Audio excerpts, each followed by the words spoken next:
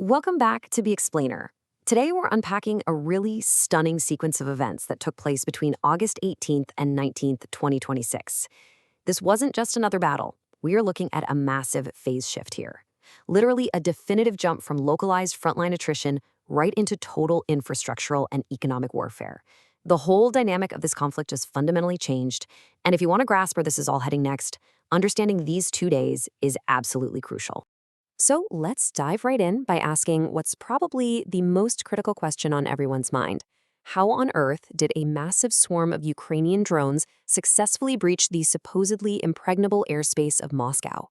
For years, the Russian capital was thought to be this impenetrable shield, protected by deeply layered, overlapping air defenses. But over the course of just a single night, that long-held perception of total security was completely shattered. The sheer scale here is just staggering. Verified reports indicate that over 800 drones were launched in this intense blitz on the Russian capital. And to be clear, this wasn't some standard probing attack just to test radar responses. No, this was a deliberate, highly concentrated maneuver designed to completely oversaturate the Russian integrated air defense system. Basically, by throwing so many targets at it all at once, they intentionally overwhelmed the system's tracking capabilities and interceptor stockpiles. It's like a giant puzzle, and they just flooded the board. Section 1. The Moscow Drone Blitz. Now, what's really crucial to understand here is the incredible disparity between the official narratives coming out of the Kremlin and the actual reality on the ground. Initially, Russian state media and officials came out claiming a massive defensive victory. They said around 180 drones were successfully intercepted and destroyed over the Moscow Oblast, framing the whole event as a textbook repulsion by their advanced anti-aircraft networks. According to this official story, the capital's shield held firm, preventing any meaningful damage.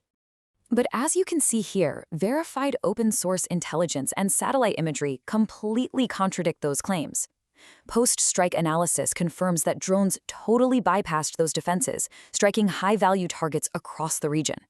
We're talking major oil refineries, sensitive space centers, and military aircraft plants. The visual evidence leaves absolutely no room for doubt. This was a devastating penetration of a defensive perimeter that was long thought to be, completely secure. Section 2. Targeting the e-commerce giant. This brings us to a highly unusual strategic decision. Why dedicate valuable military resources to strike Wildberries? If you don't know, it's essentially the Russian equivalent of Amazon.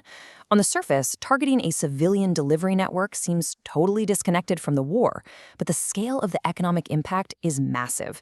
As this chart shows, the targeted drone strikes wiped out 27% of the company's total warehouse capacity.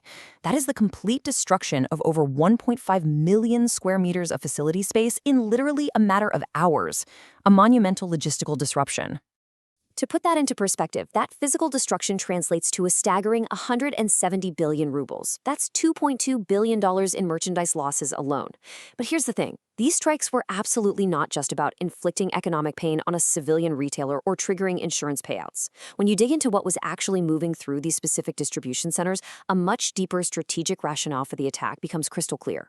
The crucial takeaway here is that Wildberries isn't just a retail space. It operates as a dual-use logistical backbone for the military. It serves as an open marketplace for commercial drone components that are frequently repurposed for the battlefield. Plus, Russian security services use its warehouse space near the front lines for storing military material, and they even use disguised job postings for warehouse guards as a cover to quietly recruit contract soldiers. So, striking Wildberries essentially meant striking a shadow military-industrial complex. Section 3. British Drones and Diplomacy. Let's shift gears and look at the international fallout, because the weapons used in these deep strikes generated some major global shockwaves. For the first time, Ukraine utilized advanced British-made jet-powered drones, like the Neon one-way effector, to strike deep inside Russian territory. We aren't talking about slow-moving propeller craft here. These are high-speed anti-jamming platforms developed by a division of BAE Systems.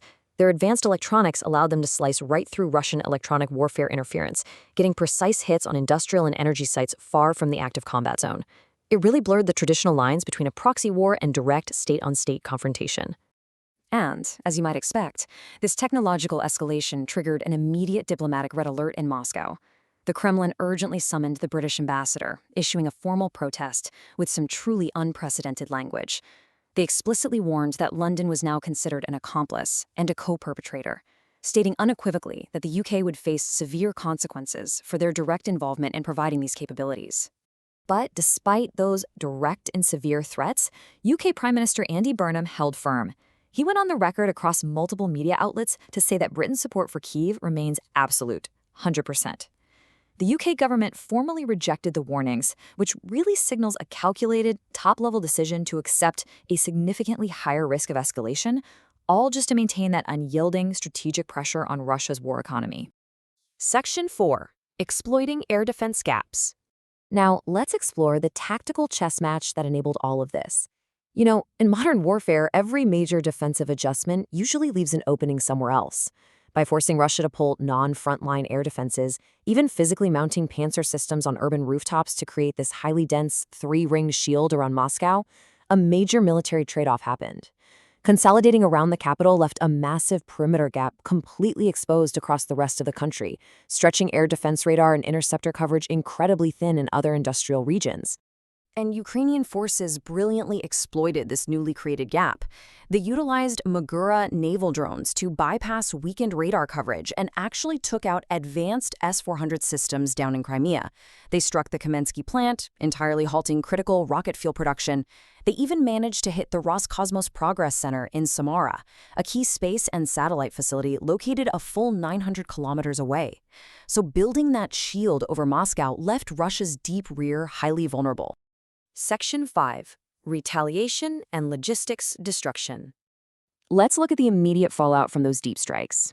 In direct response to these humiliating breaches, Russia initiated a devastating domestic retaliation strategy against Ukraine.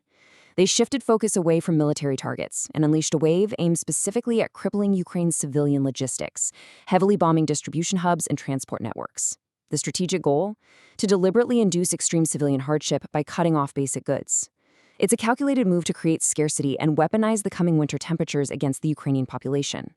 You can see the domestic impact right away. The systematic destruction of huge facilities, like the epicentral logistics hub, caused immediate bottlenecks across the whole country. This led to totally empty store shelves in Kyiv and sparked entirely justified fears of a freezing, supply-starved winter. And that anxiety was severely compounded by 13 direct, consecutive Russian strikes targeting critical Ukrainian energy facilities in just a single week. Section 6. The Patriot Missile Crisis. This builds perfectly to our final and, honestly, most alarming strategic reality of this explainer. See, the success of offensive strikes is only half the equation. Defending against the inevitable retaliation is the other half, and that relies entirely on supply chains. While Ukraine's offensive drone operations are succeeding, a global manufacturing bottleneck at Boeing, specifically a shortage of the complex secret components that guide the weapons, has drastically stalled production of Patriot missiles.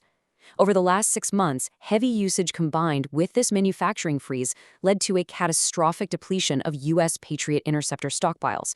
By August 2026, Ukrainian launchers are literally sitting empty. To put a number on it, the terrifying reality for Ukraine's air defense commanders is that they currently hold only 1% of the remaining U.S. stockpiles. 1%. Global demand for these interceptors has completely outstripped the stalled manufacturing supply, leaving a razor-thin margin for error and exposing Ukrainian skies dangerously to the very retaliatory strikes we just talked about. We've seen the sheer scale of Ukraine's offensive escalation, successfully taking the fight deep into Russian territory and proving that no airspace is entirely impenetrable. But this shift leaves us with one chilling, unavoidable question as we wrap up this explainer. What happens to their cities and civilians when the Patriot missiles finally run out? Let me know your thoughts in the comments below, and I'll see you in the next explainer.